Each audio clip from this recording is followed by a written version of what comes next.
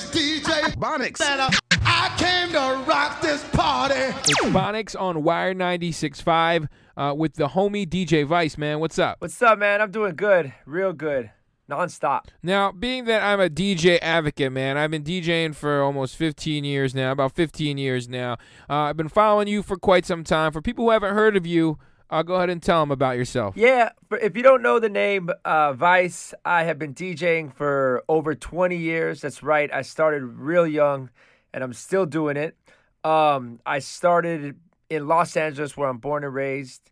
I got on radio at an early age as well. I started DJing on Power 106, which is the major hip hop station in LA at the time when I was 19. And I was an on-air DJ, mixing, doing it live. And then from there, after years and years of radio, I stepped over to Las Vegas, and I held down a residency in Las Vegas, and I'm still there. Well, I'm still in Vegas doing residencies 8 years after that first residency. So my career has been nonstop, and in between all that, it's traveling from here to there and all around the world. So you just released a song with a guy from Philadelphia, actually, named Mike Taylor. The song's called "The World Is Our Playground." Talk about it. Yeah, that's right. My new single, "World Is Our Playground," it features Mike Taylor, like you said, and he is from Philly. He actually went to Overbrook. He told me, I'm learning more and more about Philly the more I hang out with him. But yeah, so I linked up with Mike Taylor. He's living out in LA now through a fellow S.K.A.M artist, DJ, the crew that I'm with. And he, played me some Mike Taylor music, and he's like, man, you got to work with this guy. And Mike, when we linked up, played me some music, and he had already written "World Is Our Playground." And, from there, I was like, yo, this is the record. We got to do this record. So we flipped it around and, version after version, and we came up with, a final take at it after like 6 to 7 months of working on it. And, it's our song, man. And it represents Philly heavy on there. Heavy. So you've been to Philly before. You played in Philly before. Do you have like a story about Philly? You love Philly? You hate Philly? I've played in Philly a couple times. It's been a while, but I have DJed in Philly. And let me see. Okay. So one of my first few Philly gigs, everyone's like, yo, Philly's real, man. It's a real city. And I'm like, well, I'm born and raised in LA. Like, I know what a real city is. And then, I went out to my gig, DJ'd it, and, they're like, let's go after hours. You want to go out? I was like, yeah, let's do this. So we went to after hours spot, and I want to say it was like half strip club, half after hours club, but let's just say it got really real.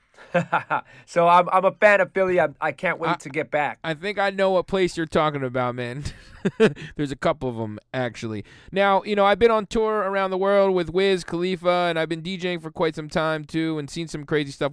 But you've seen it all. You've been in Vegas. What's the craziest thing you've ever seen while DJing? I've seen some crazy things when I DJ. I mean, from everything from celebrities, I DJ in Vegas every weekend, so I see the celebrities, at their craziest moments, let's just say it, in a night.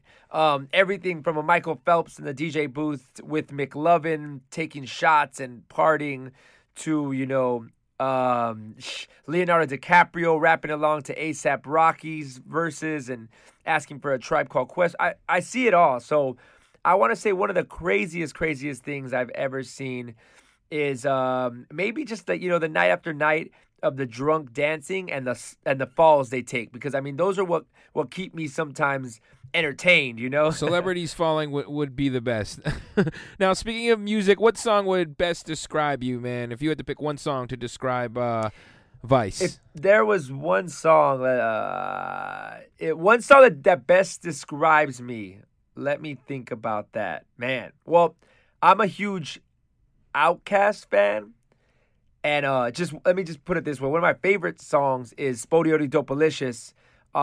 So that's just a dope song to me. I love that feeling. It's the end of the night record, and it's just something that always touches me and makes me feel good. So if you don't know that song, look it up. That's definitely the joint right there. Now, so you're a DJ, you're a producer, you're a businessman. You've done it all, man. What's next in store for Vice? Yeah, I try and do it all. I started as a DJ. I've, I'm going to say I've been producing for over 10 years, off and on, been that bedroom producer and stacking up tracks and records and working on things. But I've also dipped into retail, and I opened up 2 sneaker boutiques.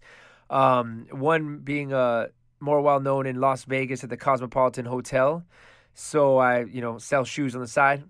And there's still so many things that I want to accomplish as a DJ.